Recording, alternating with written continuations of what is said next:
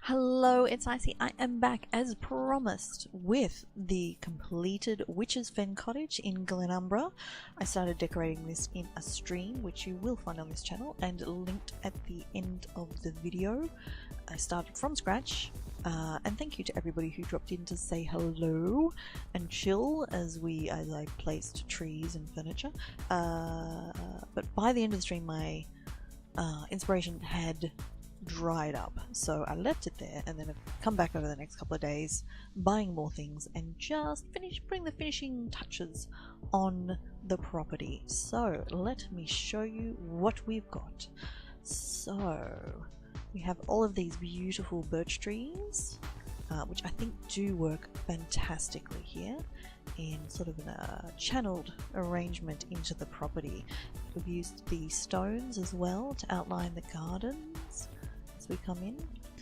We've got our Imperial Well, which it's only just struck me that, considering that we're in the fens next to the sea, the only thing a well will draw up from here is salt water, so I'm going to assume there's some sort of magic going on there to give us some fresh water. So this is the Altar of the Bay, which looks fantastic, and you can extinguish it and reignite it as well. Now I was going for a sacred space, sort of more high witch kind of thing going on here, rather than sort of creepy witch tearing hearts out of chests type of witch. So there's a lot of Imperial and Ayleid things in this garden. So let's come down here. So we've got a bit of an Ayleid sort of statue shrine going on here down with the hostas. We've got some of these really nice Ayleid gates, just kind of outlining the area, just framing it a little bit. One thing about this property which I find awkward is that there are not a super amount of flat areas. So for example, the ground really slopes way down here, so I couldn't put like a seating area or anything down here. I would have had to basically level the floor by putting flat platforms or rocks or things to actually get a more usable area. So the statues and the rocks and things work fine there, but it does limit somewhat what you can do in here, and that's pretty much the case in all the little corners.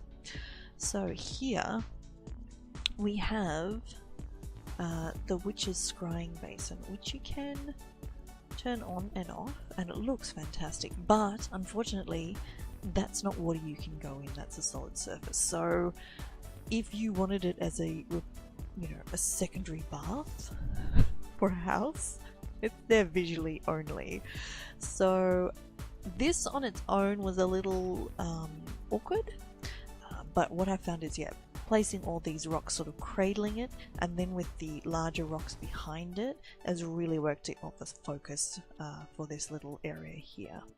So following our pathway down to the water at the back, we've got one of these fantastic dead trees, which they're so cool. I was thinking I could use these everywhere, but I did decide just to keep the one. But I think it tones nicely because all the silver birches and the color of this actually really complement each other. I think visually it actually works quite well. And actually visually, that there is a fantastic look.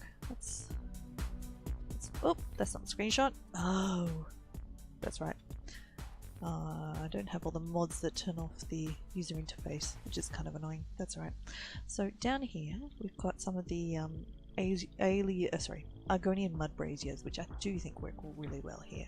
And then down into the water, another one of the Ayleid gates, just to sort of cover up with the slightly manky wooden broken down gates. Then we come up here to these orcish platforms where I've got just a nice sitting area, really going for this kind of green tapestry look. There's no green cushions. That's an oversight, and I think it does need to be rectified. So we've kind of gone blue and yellow, go halfway there. More of a garden here, and we've got all of these yellow little spindly autumny saplings all the way around the hut. So over this way we've got the cart, the Nordic cart. This one is Nordish, which I think is my favourite cart, to be honest. I love the look of this one. Just filled with a few plants, more things in the garden, and then we've got another sort of outdoor seating area, place of worship, place of contemplation perhaps. These are all the Ayleid seats, so 4 Ayleid seats around the Redguard circular fireplace, and these are actually 2 placed side here are the Ayleid tables. So I actually think that if you can find a pattern rather than having to buy them for crowns, these could be the new stone blocks. They look beautiful. They're really, really nice, and I think they'll be super practical for building things inside houses. We've got some more of the Ayleid gates behind the statue, just to kind of frame it. If I would consider putting lots, but there's no easy way to link them up. There's no kind of snap to edge, which would make doing. Is that a frog sound in the game? Weird.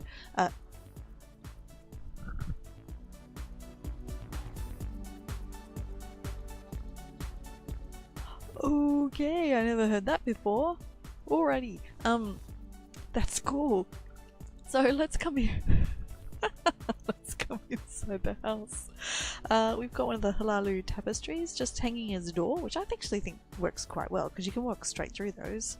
So inside, let's look up first. So all covering the roof, I've got the clustered vines, which I think looks amazing.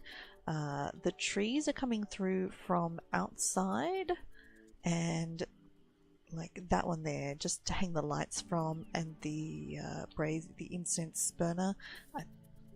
I love that. I think that looks super well. The tree on this side is also coming through, which kind of works. It's sort of like they've been here first and then the hut's been built around them, which actually kind of think's really cool. I think that totally works. So all the furniture in here is mostly orcish, except of course for the couple of Telvanni bits, including the bed, which it's such a feature point in here. It's the first thing you see when you walk in, and it's got sort of the blue-green bedspread, so I really think it works. It's a shame the Telvanni wizards have not learned to make their beds yet. So we've got we've got our nicely laid table with our cheese dip. We've got some little storage areas. We've got our beautiful pottery. We've got our coat on a hook, of course.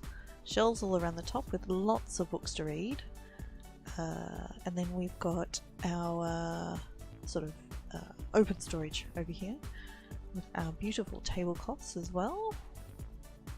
On this side we've got our mirror, wardrobe, adventuring pack, of course. More of the Halalu tapestries at the back.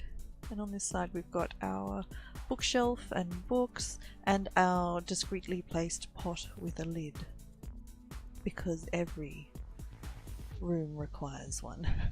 There's no bathroom in this house, but there is a little pond down the back, so you kind of don't need a full bathroom. You just need a pot with a lid. So that's pretty much it. I really, really like this property. It's fantastic. It's got so much flexibility because the inside and the outside of the house, there's no difference. It's just one zone. There's no transition when you go inside. So anything you place outside actually can come through the house. It might change the way that some people need to decorate, in that previously if you'd had a platform you wanted to make like a second level, you could just sort of have it shoved through the walls and hanging out the back. You can't do that here. You'll have to be quite precise about how you place things inside the house because they will stick all the way through. But if, for example, you wanted to have a cave, super easy just to grab a whole heap of the really big rocks and just place them like over the walls, and you could build a fantastic cave straight in here. So I love it. I think this is a really interesting piece of land, and I'm really looking forward to seeing what the Elder Scrolls housing fanatic community does with it. So that's about all. Let me know below in the comments what you would do with this property. Would you make something completely different? I'm really interested to see what people are going to. Would you rebuild the walls? Would you cover the whole thing over in a cave? Which you could, because you could kind of come from these big rock formations to go over there. You could just roof the whole area. That would be really cool.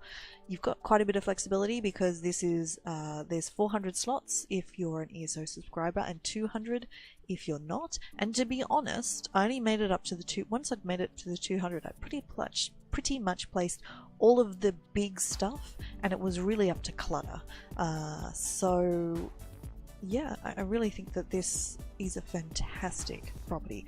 250,000 gold. And I don't know what the crown cost is because I haven't checked on the live server yet, so when I find that out I'll note it below. So that's about all. Yeah, let me know below what you do with this one. Give us a thumbs up if you liked this video. Please do subscribe. Click the face down there for YouTube. Please do follow me on Twitch as well. Details directly below. I will be streaming more housing videos. Yes, I will, on both here on YouTube and on Twitch as well. I'll be streaming simultaneously. So please do keep an eye out for those. They will be advertised on Twitter and on the Twitch events, and also on my streaming link, which is on the YouTube home channel page. So watch out for those. They will be they'll be my Monday morning or my Tuesday morning, which makes it US Sunday night or Monday night. Only once a week, maybe not every week, but we'll see how it goes. So yes, thank you for watching, and yeah, I will talk to you next time. Bye.